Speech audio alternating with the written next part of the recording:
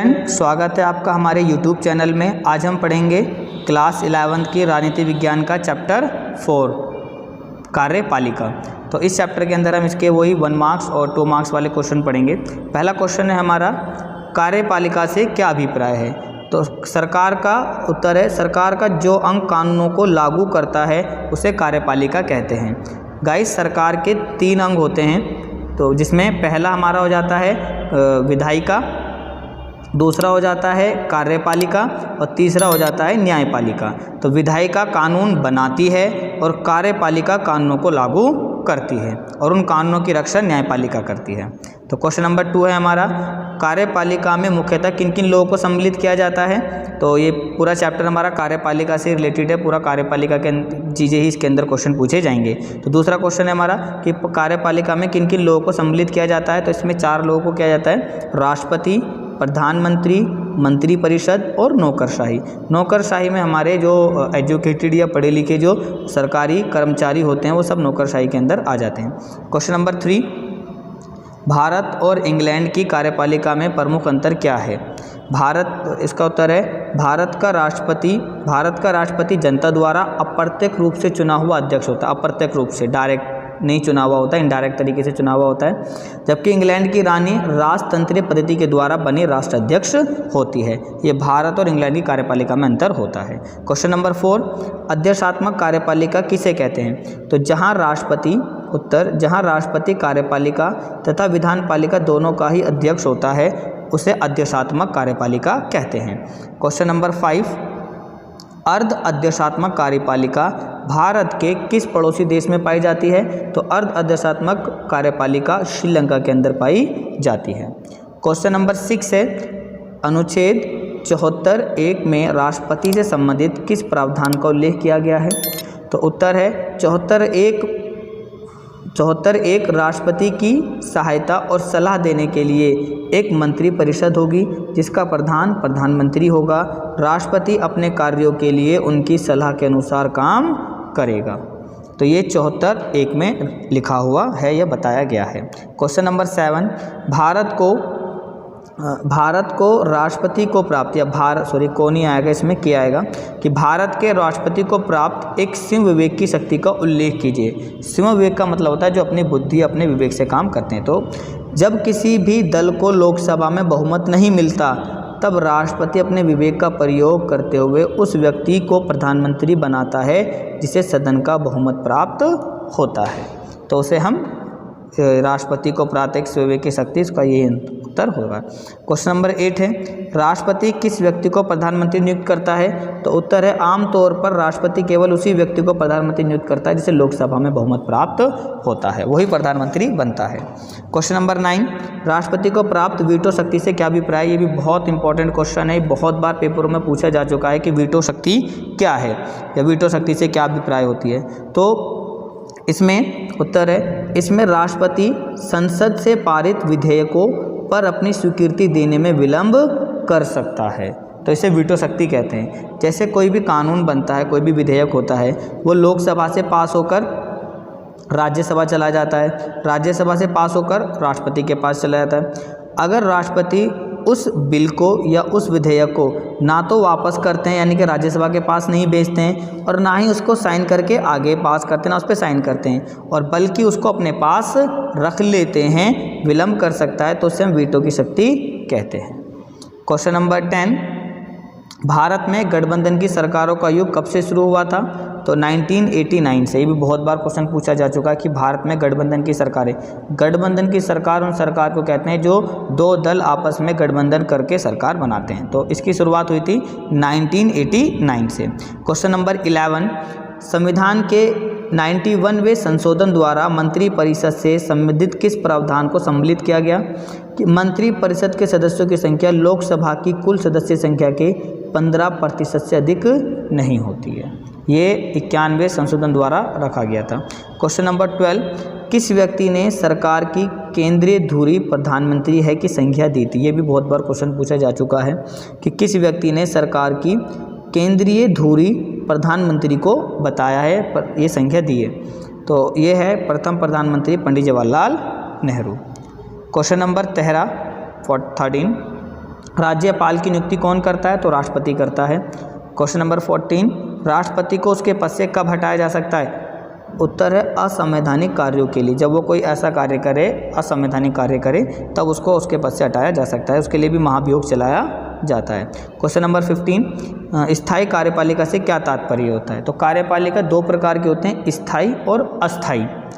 अस्थायी यानी कि परमानेंट और नॉन परमानेंट। तो इसमें ये पूछा गया है कि जो परमानेंट कार्यपालिका होती है, स्थायी कार्यपालिका, उसका क्या मतलब है? तो उत्तर है जो लोग अपनी योग्यता और दक्षता के बल पर चुने जाते हैं और एक निश्चित कार्यकाल तक वे अपने पद पर बने रहते हैं, उन्हें हम स्थायी कार्यपालिका कहते हैं। इसमें ज़्यादातर हमारे जितने भी लोक सेवक होते हैं, सिविल सर्विसेज वाले लोग होते हैं, वो सब इसी के अंदर आते हैं, स्थायी कार्यपालिका के अंदर आ जाते हैं। कई बार क्वेश्चन ये भी पूछ लिया जाता है कि लोक सेवकों की नियुक्ति किस आधार पर की जाती है? तो उनकी योग्यता और दक्षता के आधार पर उनकी नियुक्ति की जाती है। तो ये भी क्वेश्चन पूछ लिया जाता है कि लोक सेवकों की नियुक्ति किस आधार पर की जाती है? तो योग्यता और दक्षता के आधार पर उनकी नियुक्ति की जाती है। उनका कार्यकाल अपने निश्चित समय तक चलता है, तो उसे स्थायी कार्यपालिका कहते हैं।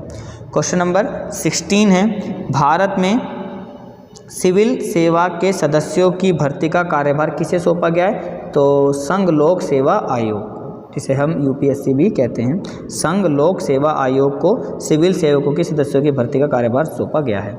क्वेश्चन नंबर 17, जिला कलेक्टर सामान्यतः किस स्तर का अधिकारी होता है? तो भारतीय प्रशासनिक सेवा। अब आ जाते हैं हमारे 2 अंकों के प्रश्न उत्तर, 2 नंबर वाले प्रश्न उत्तर हैं हमारे।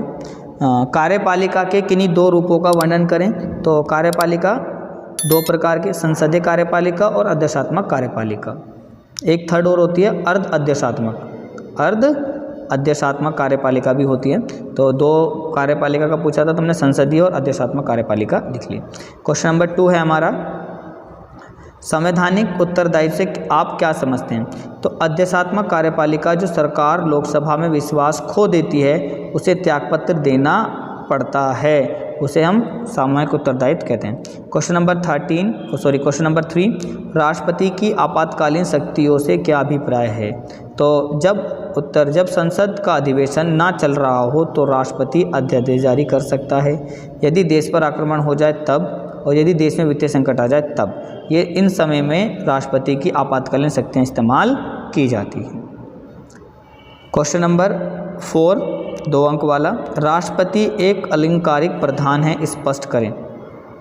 क्योंकि उत्तर है क्योंकि वास्तविक शक्तियों का प्रयोग प्रधानमंत्री तथा उसकी मंत्रिपरिषद करती है, इसीलिए राष्ट्रपति को एक अलंकारिक प्रधान कहा जाता है।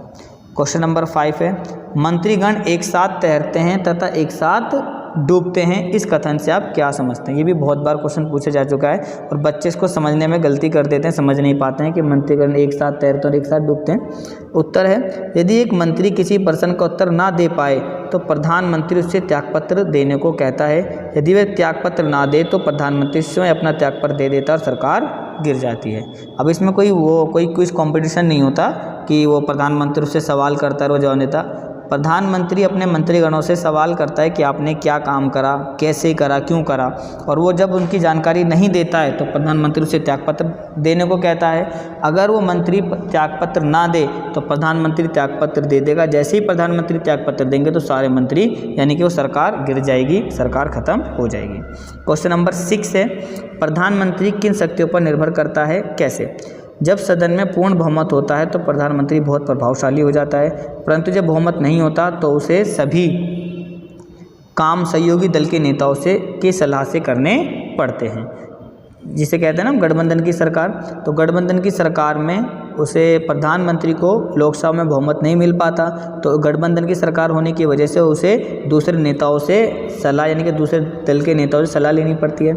लेकिन अगर प्रधानमंत्री को लोकसभा में यानी कि सदन में पूर्ण बहुमत होता है तो वो अपनी मर्जी से आराम से काम करता है, उसे किसी से भी सलाह लेने की ज़रूरत नहीं होती क्योंकि उसकी बहुमत से सरकार होती है। क्वेश्चन नंबर 7 है, राज्यपाल केंद्र सरकार के एजेंट के रूप में काम करता है, कैसे? तो क्योंकि राज्यपाल की नियुक्ति राष्ट्रपति द्वारा होती है, इसलिए इससे संबंधित राज्य में राज्यपाल केंद्र सरकार के एजेंट के रूप में काम करता है। तो कई बार क्वेश्चन है ना, क्वेश्चनों के अंदर से भी पूछ लिए जाते हैं कि जैसे मैंने पहले 1 नंबर वाले में बताया था कि राज्यपाल की नियुक्ति कौन करता है, तो राष्ट्रपति करता है। ठीक है, तो राज्यपाल किसके लिए काम करता है, तो राज्यपाल केंद्र सरकार के एजेंट के रूप में काम करता है। क्वेश्चन नंबर 8, भारत में एक दक्ष प्रशासनिक मशीनरी मौजूद है, स्पष्ट करें। ये भी ऐसे क्वेश्चन हैं जो बच्चे एकदम से समझ नहीं पाते हैं। उत्तर है, भारत में लोक सेवक प्रशिक्षित और प्रवीण अधिकारी होते हैं। वे अपने विषय में पारंगत होते हैं, इसलिए नीतियों को बनाने और लागू करने में वे राजनीतिज्ञों की सहायता करते हैं। क्योंकि जो मंत्री होते हैं वो 5 साल के लिए होते हैं, 5 साल के बाद जो सरकार है दोबारा इलेक्शन होते हैं, सरकार गिर जाती है, हट जाती है, 5 साल के बाद नए मंत्री आ जाते हैं।